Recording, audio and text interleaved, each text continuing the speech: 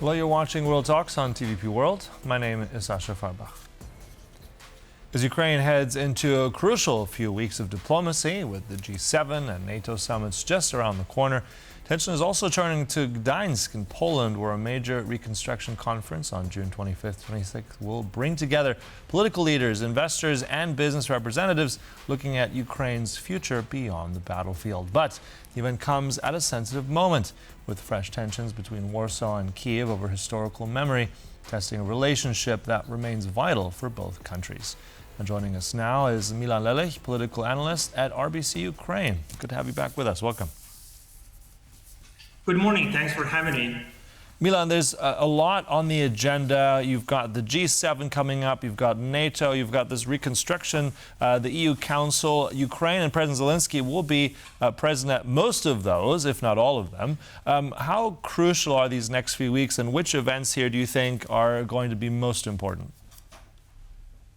Well, first of all, that's really a lot is going to happen next week. I think that one of the top events, definitely, a lot of things will happen in Luxembourg, in Brussels, meaning the European integration, because finally, after Viktor Orban's defeat and the series of negotiations with the new Hungarian government of Peter Magyar, we managed to solve our bilateral issues with Hungary, which means that Euro integration deadlock that we were all experiencing in the course of almost 2 years seems to be finally over, and the first negotiation chapter will be opened on the Intergovernmental Conference in Luxembourg, hopefully as soon as next Monday, so just a couple of days left. It will be a huge win for Ukraine, meaning that finally any formal progress is made in our European integration, and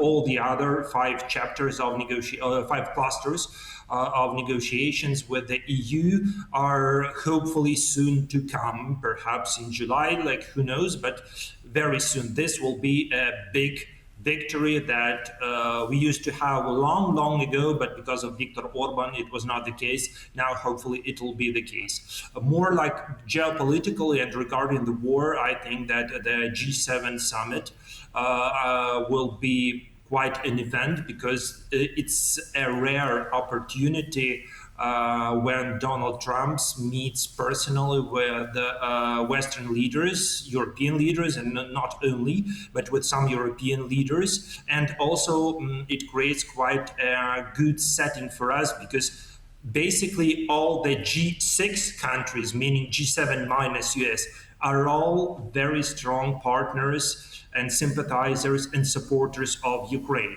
And if our President Zelensky is there, and he is expected to come there, I think it creates quite a momentum to maybe explain to Donald Trump, who was so involved in Iranian deals, he was totally immersed in that issue. Maybe he didn't cover what's going on here on the ground in Ukraine in our war with, again, the Russians. So maybe they will tell and explain him the latest trends, try to explain him the latest trends, at least, for example, that Ukraine is not on the losing side anymore. Basically, we are now the ones who have the initiative. Yes, this is a slight initiative, but we are having the initiative. It was not the case since autumn 2022 for several years. So that's a major shift. So maybe after that they may convince Donald Trump maybe to get more actively involved in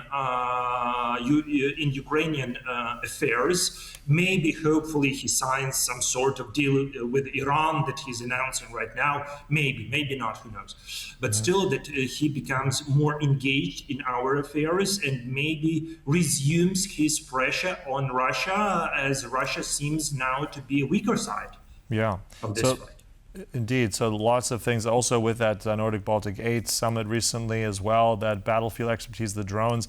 But I also want to come back to Poland for a moment with this Reconstruction conference due later in June at the seaside in Gdańsk. A lot of focus on this. I'm just kind of curious about your sense. There's a quote from Donald Tusk, Prime Minister of Poland, who said, very much this conference will concern Polish interest in Ukraine's reconstruction. So where are we with this? What does that mean practically to you? Is that infrastructure development? Is that defense? Is that something else? What does that mean practically? And where is Poland in all this as a key investor for Ukraine's future?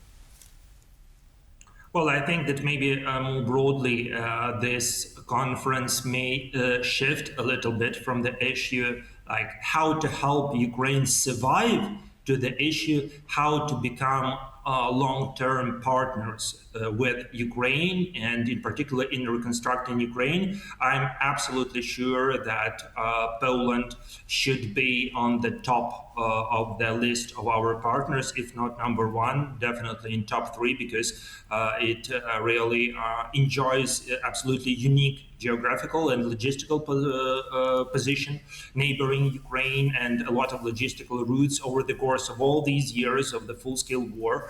Poland's role is absolutely crucial. So I think that Poland may try to become because there is competition, and moreover there will be even more competition about who will take part in reconstructing Ukraine, who will take all these contracts for infrastructure, as you called, for energy, definitely for the defense sector, as defense industry in Ukraine is definitely among the top defense industries in the whole world as of now.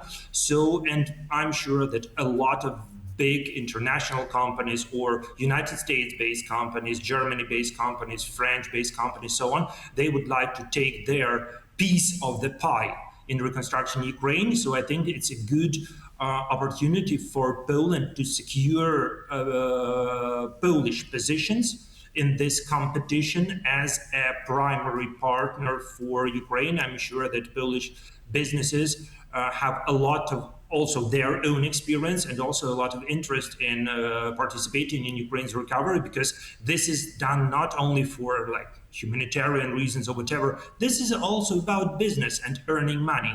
And Ukraine also boasts a lot of all sorts of resources. So it may be and it should be mutually very economically beneficial. And I'm also sure you mentioned some historical tensions. Yes, unfortunately they are taking place right now. But I think that the stronger our economical alliance is, the less vulnerable it is and will be to any sorts of bilateral, political or historical conflicts, because unfortunately, I'm sure this is not the last historical issue that we have. We'll be having them in future, I think, because the visions of certain parts of history is very different in Kyiv and Warsaw. So we'll be having these conflicts. But if we have a very strong economic alliance, if a lot of Polish businesses are very deeply connected in Ukraine, have invested lots of their money to Ukraine, I think it will help mitigate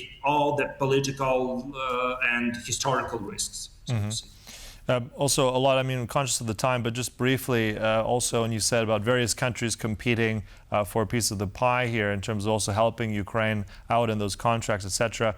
We've heard also from the Polish Prime Minister Donald Tusk, who spoke with Italy's Meloni recently as well, saying they weren't too happy that they weren't at this E3 summit in London. Then we have this E5 format. So where are we with this? Is that adding to this tension? Do you see this format changing? Just give us a quick take before we close. Yeah, it was a little bit even maybe surprising and unexpected to see statements from Prime Minister Tusk and Prime Minister Meloni, because at such a top level, the leaders of key European nations, they do not openly talk about their insatisfaction with certain things.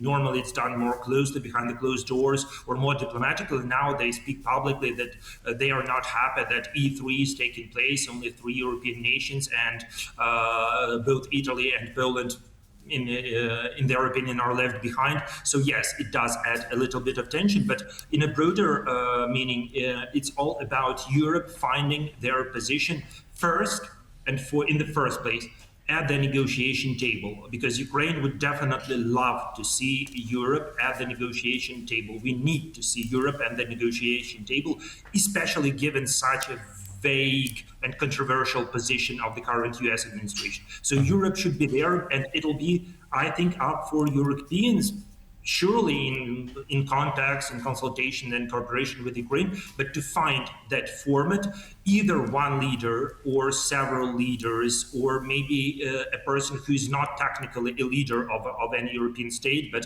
is very respectful. So something needs to be done. I hope that in the course of next week, a common negotiating position and negotiator will be found, but it will not be an easy task. Not an easy task, and many, many major summits coming up in the next few weeks, and of course, we'll be following that. Look, thanks so much as ever for your insights there. Milan Lelich, political analyst at RBC Ukraine. And thank you for watching. That concludes World Talks, but stay right here on TVP World for more news and commentary. Goodbye.